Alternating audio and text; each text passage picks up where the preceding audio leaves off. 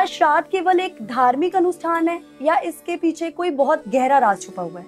श्राद्ध जो है, जो हम श्रद्धा से अपने बुजुर्गों के प्रति करते हैं, उसको श्राद्ध कहते हैं। तो इसमें केवल पंडितों को भोजन कराने तक की जो श्राद्ध है वो सीमित है कि इसका दायरा इससे भी बड़ा है? इससे भी बड़ा है। जब हम कुंडली दिखाते हैं तो हम वहाँ पर पता चलता है कि हमारी कुंडली में पितृदोष लग चुका है। ये लगता है इसलिए जब हम अपने घर के बुजुर्गों का अनादर करते हैं और अपने पितरों का श्राद्ध वगैरह नहीं करते हैं। जो लोग सुसाइड कर लेते हैं तो उन लोग का श्राद्ध कैसे किया जाता है? उनके लिए चतुर्दशी तिथि बताई गई है। पंडित जी, एक और बहुत महत्वपूर्ण चीज होती है श्राद्ध में जिसे हम तर्पण कहते हैं, तो आप उसके बारे में हमें थोड़ा सा बताएंगे प्लीज। तर्पण भी हमारे पूर्वजों के लिए समर्पण होता है एक तरह से। क्या पितृदोष और श्राद्ध में कोई संबंध है, और अगर है तो ऐसा क्यों है? पितरों की अपमानता करना ही पितृदोष का कारण बनता है। बुजुर्गों का अपमान नहीं करेंगे तो हमारा पितृदोष बनेगा ही नहीं। तो ऐसा हो सकता है, क्योंकि मैंने जहाँ तक सुना है कि पुरुष ही हैं जो आगे आकर श्राद्ध जैसे कार्य करते हैं, तो क्या महिलाएं भी ऐसा काम कर सकती हैं? अगर पुरुष वहाँ पर नहीं है तो महिलाएं कर सकती हैं। बेटियां भी कर सकती हैं।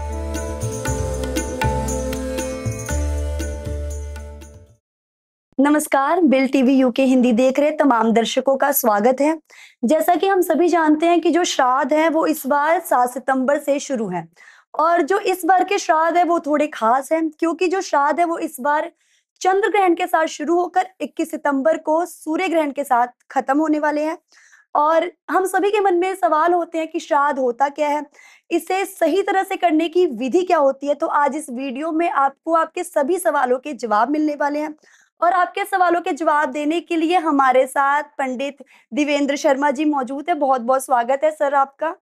जो श्राद्ध है वो क्या होते हैं और इसका हमारे जीवन में क्या महत्व है? श्राद्ध जो है, जो हम श्रद्धा से अपने बुजुर्गों के प्रति करते हैं, उसको श्राद्ध कहते हैं।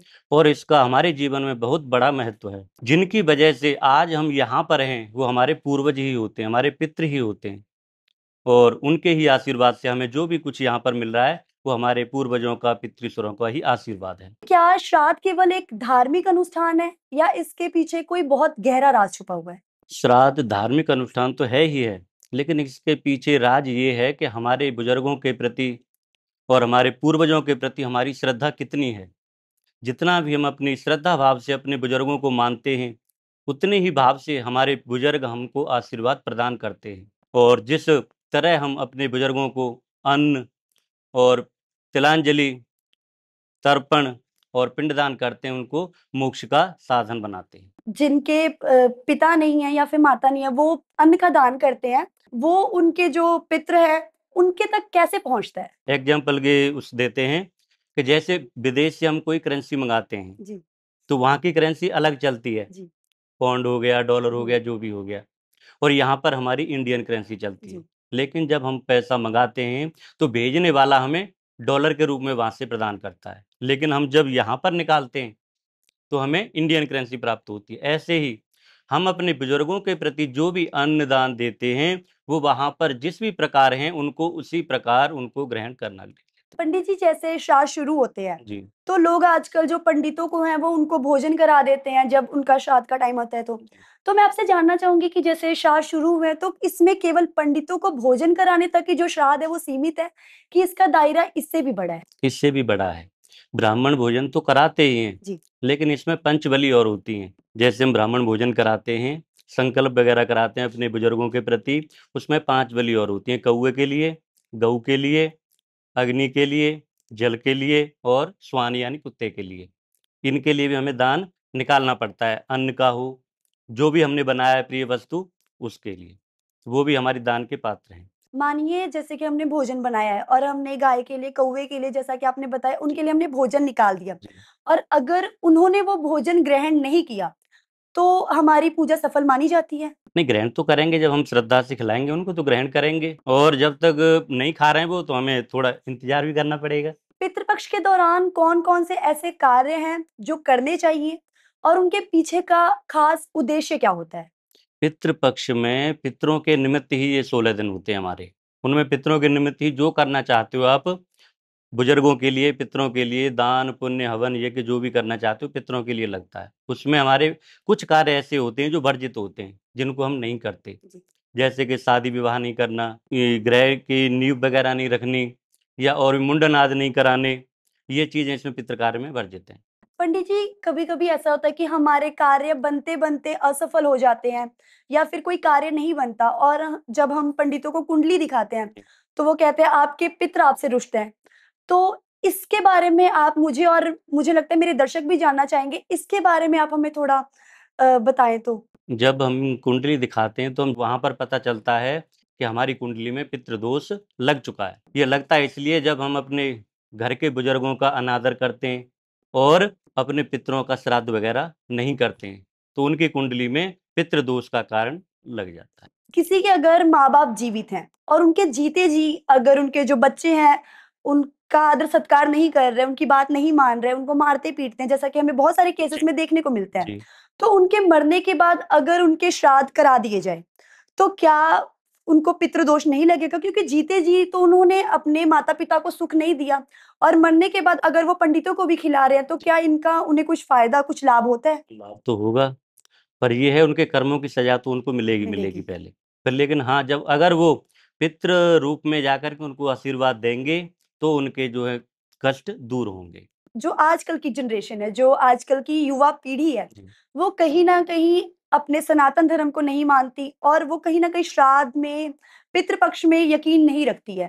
तो इसके पीछे का आपको मेन कारण क्या लगता है? ऐसा क्यों होता है? इसका कारण आज की युवा पीढ़ी जो दूसरी तरफ भागी जा रही है, उस कारण अपने पितरों को भूलते जा रहे हैं। मनोरंजन के साधन जो भी हैं, उधर ज़्यादा खिंचाव ले रहे हैं।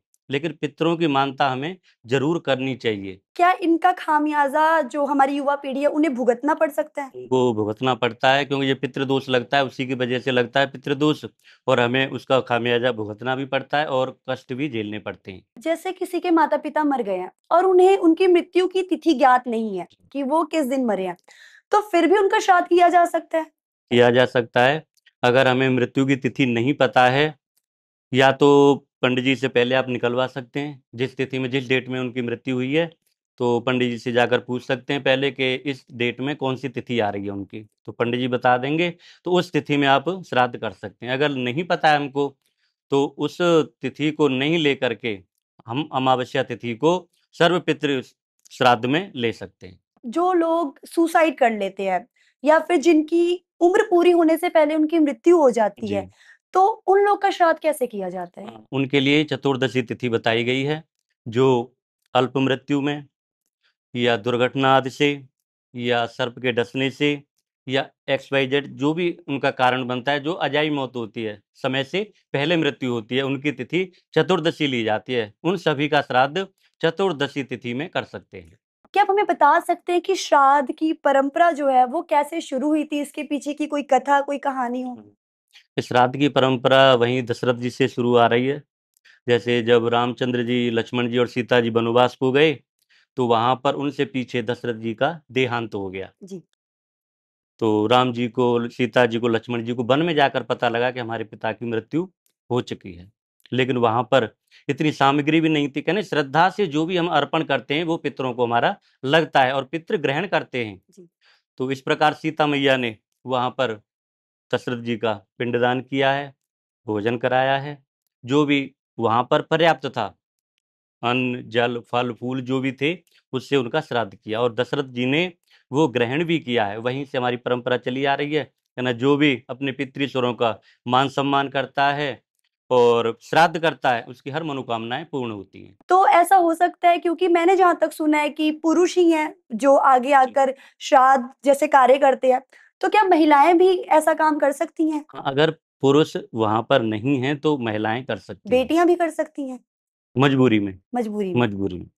जब अ, परिस्थिति ऐसी हो कि कोई नहीं है करने वाला, तो कर सकती हैं। क्या पितरों की आत्मा को शांति देने के लिए क्या श्राद्ध ही केवल एकमात्र मार्ग माना जाता है? श्राद्ध तो मार्ग है ही है, लेकिन हम अपने घर में बुजुर्गों की जो मान-सम्मान रखते हैं, वो भी हमारा साधन ही है कि हम पितरों को तृप्त कर रहे हैं, मोक्ष का साधन बना रहे हैं। लेकिन जहाँ पर माता-पिता की पूजा नहीं हो रही, सम्मान नहीं हो रहा और श्राद्ध नहीं हो रहा बुजुर्गों का, तो वहाँ पर मोक्ष की असंभावना है ही है। क्या पिंडदान करने से जो हमारे पितृ हैं, क्या उनको मोक्ष मिल जाता है? उनको मिलता है। दूसरी योनि प्राप्त हो जाती है? उसके बाद हम श्राद्ध नहीं करते हैं? नहीं, श्राद्ध तो करना चाहिए। बुजुर्गों का नाम हमें कभी नहीं भूलना चाहिए। हाँ, गया श्राद्ध में जो करते हैं, हम गया में जाकर करते हैं, वो इसकी मानता है। गयासुर का एक राक्षस था, गयासुर जी। नाम का। वो भगवान ब्रह्मा जी की तपस्या करता था। उसकी मानता थी कि जैसे देवताओं के दर्शन करके मोक्ष प्राप्त करते हैं सभी मनुष्य, जी। ऐसे ही मेरा दर्शन करके भी ये मनुष्य हैं वो मोक्ष को प्राप्त करें। तो ऐसी परंपरा चलती गई, तो वहां पे सभी उसके दर्शन करके और मोक्ष के भागी बनने लग गए। और जो भी अत्याचार करने लग गए मनुष्य अपने आप में, तो देवताओं को, भगवान विष्णु जी को भी बड़ी वो हुई कि ऐसे तो मनुष्य पाप करता रहेगा और इसके दर्शन करके मोक्ष को प्राप्त करता रहेगा। तो इसलिए उसको आग्रह किया गयासुर को कि तू ऐसा कर, तुझसे ये सृष्टि जो है संचालन थोड़ा सा डगमगा रहा है। तो उसने वरदान मांगा कि मैं ये छोड़ दूंगा, लेकिन मेरा जो शरीर जितने बीच में फैलेगा, उतने बीच में जो भी तीर्थ में आकर इसमें जो पिंडदान करेगा समीपत्र के समान, तो उसके बुजुर्ग जो मोक्ष को प्राप्त हो जाए। तो ये मानता है हमारी, जो गया जी में जाकर जो पिंडदान करता है उनके बुजुर्ग मोक्ष को प्राप्त करते हैं। क्या गया ही एकमात्र ऐसा स्थान है जहाँ पर पिंडदान करने से मोक्ष की प्राप्ति होती है या फिर अन्य भी ऐसी कोई जगह है? अन्य तीर्थ तो है ही हैं, सभी तीर्थ हैं। गंगा जी के किनारे हरिद्वार चल जाओ, ये मोक्ष का साधन है। जो भी हमारी पवित्र नदियां हैं वो मोक्ष का कारण है। जब महाराजा सगर के 60,000 पुत्र कपिल मुनि ने भस्म कर दिए थे, जी। तो उनके मोक्ष के लिए तपस्या की, तो भगीरथ जी के कहने पर गंगा मैया यहाँ पर आई तपस्या करने के पश्चात। तो गंगा मैया के भी कहते हैं ना कि जैसे 10 दिन के अंदर जिस मनुष्य की हड्डियां गंगा जल में प्रवाहित हो जाती हैं, तो उसका इस जन्म में फिर पुनर्आगमन नहीं होता। तो ये भी हमारा मोक्ष का साधन है। पंडित जी, जैसे इससे पहले मैंने आपसे एक प्रश्न किया था कि जिन लोगों की अकाल मृत्यु होती है या जो लोग सुसाइड कर लेते हैं, तो उनकी अगर हमने पिंडदान करनी है गया जाके, तो वो कितने समय बाद हम कर सकते हैं? ये सही बात है आपकी कि जैसे मृत्यु के उपरांत तो हमारे ये कर्म होते हैं, षोडशी कर्म होता है। लेकिन जब श्राद्ध आते हैं तो श्राद्ध में हम जाकर पिंडदान कर सकते हैं। श्राद्धों में जाके श्राद्धों में कर जाकर सकते उधर हैं। कर सकते हैं। मानिए अगर इस महीने अगर किसी की अकाल मृत्यु हुई है, जी। तो वो इस महीने तो जाके नहीं कर इस सकता, अगर महीने नहीं श्राद्ध चल करेगा, रहे हैं तो वो नहीं करेगा। अगले अगले महीने उसमें जाकर के जाके कर करेगा। जी। सकता है वो। जी। पंडित जी, एक और बहुत महत्वपूर्ण चीज़ होती है श्राद्ध में जिसे हम तर्पण कहते हैं। तो आप उसके बारे में हमें थोड़ा-सा बताएँगे प्लीज़? तो तर्पण भी हमारे पूर्वजों के लिए समर्पण होता है एक तरह से, जो हम अपने बुजुर्गों के लिए करते हैं, जिस नाम से करते हैं। और गायत्री मंत्र होता है, पितृ गायत्री मंत्र होता है, उसका अगर हम जप करते हैं तो अपने पितरों की मोक्ष के लिए हम अपना द्वार खोलते हैं। क्या पितृदोष और श्राद्ध में कोई संबंध है? और अगर है तो ऐसा क्यों है? पितरों की अपमानता करना ही पितृदोष का कारण बनता है। बुजुर्गों का अपमान नहीं करेंगे तो हमारा पितृदोष बनेगा ही नहीं। क्या श्राद्ध ही एक ऐसा अवसर हो सकता है अपने पितृजनों से या पूर्वजनों से जुड़ने का? ऐसा कोई वो नहीं है। ये तो अवसर, ये तो होता ही होता है। हम अपने बुजुर्गों का नाम लेते हैं, तो हमें अपने बुजुर्गों का याद आती है, तो हम उनसे जुड़ते हैं। और विशेष ये भी होता है, जैसे शादियाँ हो रही हैं हमारे घर में, तो हम सबसे पहले पितरों के निमित्त ही निकालते हैं। हमारी माता बहनें हैं जो भी हैं, तो पहले पितरों के लिए निकालती हैं, कहना पितरों के जठेरों के लिए निकाल दो, पितरों के लिए निकाल दो, फिर अपने देवार्पण के लिए ले जाती हैं। तो पितृ तो हमारे देवों से भी ऊपर हैं। श्राद्ध करने की सही विधि क्या है? क्योंकि जो आजकल के लोग हैं, कुछ लोगों को श्राद्ध की सही विधि ही नहीं पता है। उनको ऐसा लगता है कि अगर हमने 4 पंडित खिला दिए बिठाकर, तो हमारा श्राद्ध संपन्न है और हमारे जो पितृ हैं, जो हमारे पूर्वजन हैं, वो हमसे खुश हो जाएँगे। तो श्राद्ध करने की सही विधि क्या है? और जब श्राद्ध चलते हैं, तो हमें कौन-कौन सी चीज़ों से परहेज़ करना चाहिए? इसके बारे में आप हमें थोड़ा बताएँ तो? श्राद्धों की विधि ये है कि जब हम श्राद्ध करते हैं, तो पहले तो हमारे मन में श्रद्धा होनी चाहिए, जी। अपने बुजुर्गों के प्रति, पितरों के प्रति। जी। जिस तिथि में श्राद्ध करना हो, उस दिन पहले अपने स्नान वगैरह करते हैं, नहा धो के शुद्ध वस्त्र पहन करके, अपने अगर हम पे नहीं कुछ साधन पता है हमें कैसे करना है, तो पंडित जी को बुलाते हैं। और जिनका हमने श्राद्ध करना है, उनके लिए जो उनको प्रिय वस्तु होती है, जो हमारे बुजुर्गों को अच्छी लगती थी, वो भोजन में तैयार करते हैं जी। और उनके निमित्त संकल्प करते हैं। अच्छा, भोजन में जो हम लहसुन प्याज़ का इस्तेमाल नहीं करते हैं जैसा कि मुझे पता है, लेकिन कुछ लोग ऐसे होते हैं आजकल के जिन्हें नहीं पता है उनके बारे में, तो श्राद्धों के टाइम पर भी वो लहसुन और प्याज़ खाते हैं, लेकिन जब उन्होंने श्राद्ध करने होते हैं, जब पंडितों को खिलाना होता है, तो उसमें वो लहसुन प्याज़ का इस्तेमाल नहीं करते। जी। तो क्या उनकी पूजा सफल मानी जाएगी? क्योंकि श्राद्धों के टाइम पे तो उन्होंने लहसुन प्याज़ खाए ही हैं। या ऐसा है कि वैसे इसमें तामसी भोजन है ये, इसको खा करके क्रोध आता है। जी। और हम जो पितृ कार्य करते हैं उसमें हमें सात्विक जीवन बिताना चाहिए, तपस्वी की तरह। उसमें शुभ कार्य वैसे नहीं करते हैं, शादी हुई, विवाह हुए, नीव का मुहूर्त हुआ, मुंडन आदि हुए, ये शुभ काम इसमें वर्जित होते हैं। लेकिन पितरों के निमित्त जो भी कार्य हम कर सकते हैं वो हमें इसमें करने चाहिए। सनातन धर्म सबसे पुराना धर्म माना जाता है और ऐसा मानना है कि जो श्राद्ध है वो सनातन धर्म का हिस्सा है, हिंदुओं के लिए ही है। जी। तो मैं आपसे पूछना चाहूंगी कि जो श्राद्ध है, जो पितृपक्ष है, वो केवल हिंदू धर्म तक ही सीमित है? हिंदू धर्म तक सीमित नहीं है, ये सभी धर्मों के लिए मान्य है। ये लोगों को एक मिथ है। हाँ, जिनको गलतफ़हमी है कि ये तो हिंदू धर्म में ही करना चाहिए या हमें तो करने की ज़रूरत ही नहीं है, तो उनके लिए ये अपना भ्रम है। लेकिन अपने पितरों के लिए तो हर एक को समर्पण करना चाहिए, जी। हर एक को श्राद्ध करना चाहिए। अब मुझे आपसे जानना है कि जो हमारे पितृ हैं, जो कहते हैं श्राद्ध के टाइम पर आकर देखते हैं कि जो हमारे बच्चे हैं वो कैसे रह रहे हैं, वो खुश हैं या फिर नहीं। तो इसमें मैं आपसे जानना चाहूँगी कि जो हमारे पितृ हैं, हम उनकी विदाई कैसे करें कि वो खुश होकर जाएँ और उसका हमें लाभ हो, जो हमने श्राद्ध किए हैं उनके हमें लाभ हो? ये कहते हैं क्या ना, पितृ हमें देखते हैं, तो देखते तो हमें पूरे वर्ष भर हैं, लेकिन जो 15-16 दिन होते हैं ना, वहाँ से अपने पितृलोक से आकर के पृथ्वी लोक पर आते हैं और अपने वंशजों को देखते हैं कि हमारे लिए ये क्या कर रहे हैं? क्या करें? हमारे नाम को उजागर कर रहे हैं या हमारे नाम को नीचा ले जा रहे हैं? तो वहीं से वो देखकर वहाँ पर कहते हैं कि पितृ रुष्ट हो गए। हाँ, और ये जी, हमारे जो 16 दिन होते हैं, जैसे आश्विन कृष्ण पक्ष से शुरू हो जाते हैं, प्रतिपदा से और अमावस्या तक रहते हैं। तो इसमें 15 दिन और ये पूर्णिमा का दिन भी हो जाता है। तो ये 16 दिन होते हैं, तो इसमें पितृ हमारे पृथ्वी पर आकर के हमारे सभी की क्रियाओं को देखते हैं और हमारे जो कहते हैं कि ना हमारे लिए क्या करते हैं ये, वो करते हैं। जी, और पितृ तो बुला तो लेते हैं, आ जाते हैं, लेकिन भेजना भी होता है उनको जी, अपने लोक में। तो जैसे हम 15-16 दिन उनके लिए निमित्त निकालते रहते हैं, थालियाँ निकालते हैं या ब्राह्मण भोजन कराते हैं, अन्नदान करते हैं, काक बलि देते हैं, यानी कौवे के लिए भी ग्रास निकालते हैं, गऊ के लिए भी निकालते हैं। तो और फिर आखिर में जो अमावस्या की सायंकाल होता है, उसमें जल से जैसे सीटी लगा करके, दीवा जगा करके और उनको जो भी प्रिय वस्तु होती है, वो भी चढ़ा देते हैं कई बार, तो उनको विदा करते हैं। जी। ये हमारी भावना है कि हमारे पितृ हमारे पास आए हैं और हमको यानी कि हमने जो भी अर्पण किया है, वो ग्रहण किया है और हमें आशीर्वाद देकर वह अपने पितृलोक को जाएँगे। जाएँगे। धन्यवाद पंडित जी, आपने अपना कीमती समय निकाल के मुझे और जो हमारे दर्शक हैं, उन्हें श्राद्ध क्या होते हैं और पितृपक्ष क्या होती है, उसके बारे में जानकारी दी। जाते-जाते आप हमारे दर्शकों को इसके बारे में एक छोटी-सी जानकारी क्या देकर जाना चाहेंगे पंडित जी? दर्शकों से यही कहूँगा कि अपने माता-पिता, बुजुर्गों का आदर-सम्मान करें और जब भी पितृपक्ष लगता है, श्राद्ध आते हैं, तो अपने पूर्वजों का श्राद्ध श्रद्धा के अनुसार, श्रद्धा से और अपने सात्विक जीवन बिताते हुए उनकी पूजा करें। उनके लिए जो भी प्रिय वस्तु जो खाते हों, पहनते हों, पीते हों, वो उनको अर्पण करें और अपने पितरों का आशीर्वाद ग्रहण करें। धन्यवाद पंडित जी। जय श्री कृष्ण। तो श्राद्ध क्या होते हैं? पितृपक्ष क्या होता है?